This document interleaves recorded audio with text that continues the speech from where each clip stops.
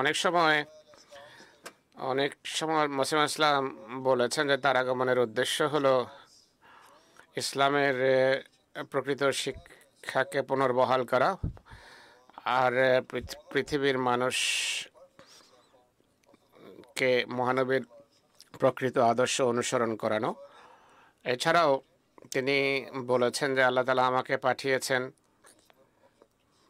দুটো প্রধান দায়িত্ব সহকারে। একটি হলো তৌহিদ প্রতিষ্ঠিত করা, তৌহিদের নীতি প্রতিষ্ঠিত করা, পৃথিবীতে খোদার একত্ববাদ প্রতিষ্ঠিত করার জন্য আমাকে পাঠিয়েছেন। দ্বিতীয়ত আমাকে পাঠিয়েছেন তার জামাত যেন ভালোবাসা এবং দয়া প্রদর্শন করে এবং সব মানুষের সামনে যেন মুক্তির রাস্তা স্পষ্ট করে। তিনি এই ইচ্ছা ব্যক্ত করেছেন যে আহমদীরা যেন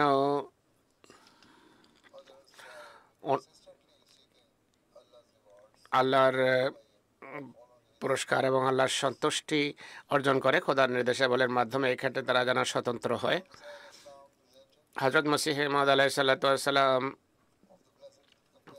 মহানবী ইসলামের পবিত্র সাহাবীদের আদর্শ তুলে ধরেছেন, যারা ইসলাম গ্রহণের পর সকল প্রকার অনৈতিক কার্যকলাপ রীতিনীতি পরিহার করেছেন।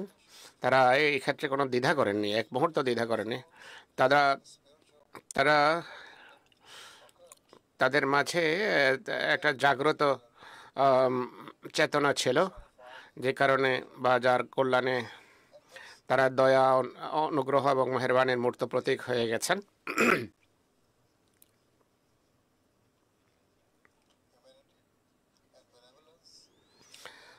তাদের মানবতা এবং তাদের অন্যের কল্যাণ সাধনের কোনো সীমা ছিল না। এর ফলে তারা পুণ্যকর্ম এবং খোদার নৈকট্যের ক্ষেত্রে সবচেয়ে যেখানে অগ্রগামী ছিল। একই সাথে তারা সমাজে আধ্যাত্মিক বিপ্লব সাধনেও সক্ষম হয়েছেন।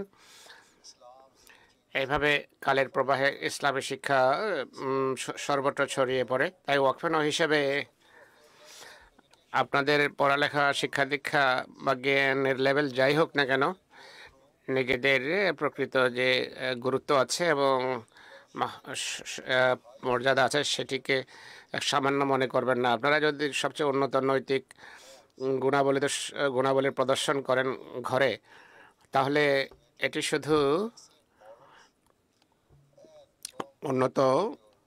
শুধু আপনাদের সন্তানদের মাঝে উন্নত নৈতিক চরিত্র এবং নৈতিক গুণাবলী সৃষ্টি করবে না, বরং এটি তাবলীগেরও একটা সুমহান মাধ্যম হবে।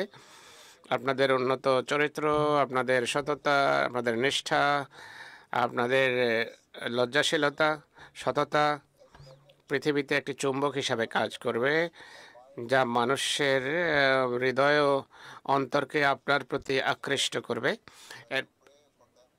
এরপর আপনারা যখন তাদের জন্য দোয়া করবেন, যদি দোয়া করেন যে আল্লাহ তাদের হেদায়েত দাও, তাহলে আল্লাহ আপনাদের দোয়া শুনবেন, তখন তাদের হেদায়েত দেবেন। এভাবে ইনশাআল্লাহ আপনারা বহু লোকের ইসলাম গ্রহণের কারণ হবেন। আপনাদের মাধ্যমে অনেকেই ইসলাম গ্রহণ করবে। এছাড়া আপনাদের কথা, আপনাদের কর্ম, আপনাদের উন্নত নৈতিক চরিত্র, নৈতিক গুণাবলী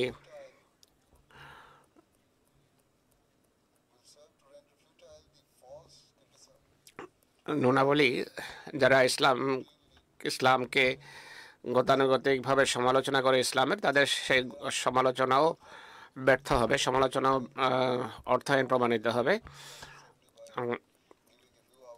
তাই জামাত এবং লাজনাকে সপ্তাহে কয়েক ঘন্টা বা কয়েকটি ঘন্টা সময় দিলে আপনাদের দায়িত্ব পালন হবে না। আবার ওয়াকফ হিসেবে আপনাদেরকে শুধু এটি নিশ্চিত করলে চলবে না যে আপনাদের ঘর ইসলামকে যেন পৃথিবীর সামনে তুলে ধরে, আর একই সাথে ইসলামী শিক্ষারও তাবলীগ করুন নিজের সাথীদের কাছে, বন্ধুদের কাছে এবং পরিচিত গণ্ডিতে। একই সাথে যে সমস্ত মেয়েরা স্কুলে পড়ালেখা করছে বা কলেজে ছাত্রী বা ইউনিভার্সিটিতে যারা আছে, তাদের এটি মনে করা উচিত নয় তাদের একমাত্র দায়িত্ব হলো পড়ালেখা করা। পড়ালেখা করা, জ্ঞান অর্জন অবশ্যই শিক্ষা দীক্ষা অর্জন গুরুত্বপূর্ণ বিষয়। এটি ব্যক্তিগত উন্নতির জন্য আবশ্যক, কিন্তু একই সাথে এটি আপনাকে জামাতের সেবার যোগ্য করে তোলে আর আপনার মাঝে আত্মবিশ্বাস সৃষ্টির কারণ হয়। আর এর ফলে আপনি ইসলামের প্রচারের যোগ্যতা অর্জন করেন যুক্তির ভিত্তিতে এবং প্রমাণের ভিত্তিতে। এছাড়া আপনি যদি জ্ঞান অর্জন করেন, সেটি answer to those who falsely claim সে সকল লোকের এই আপত্তিও খণ্ডন করবে যে ইসলাম শিক্ষা দীক্ষার উপর জোর দেয় না বা নারীদের সুশিক্ষিত করার উপর জোর দেয় না। এটিও খণ্ডিত হবে।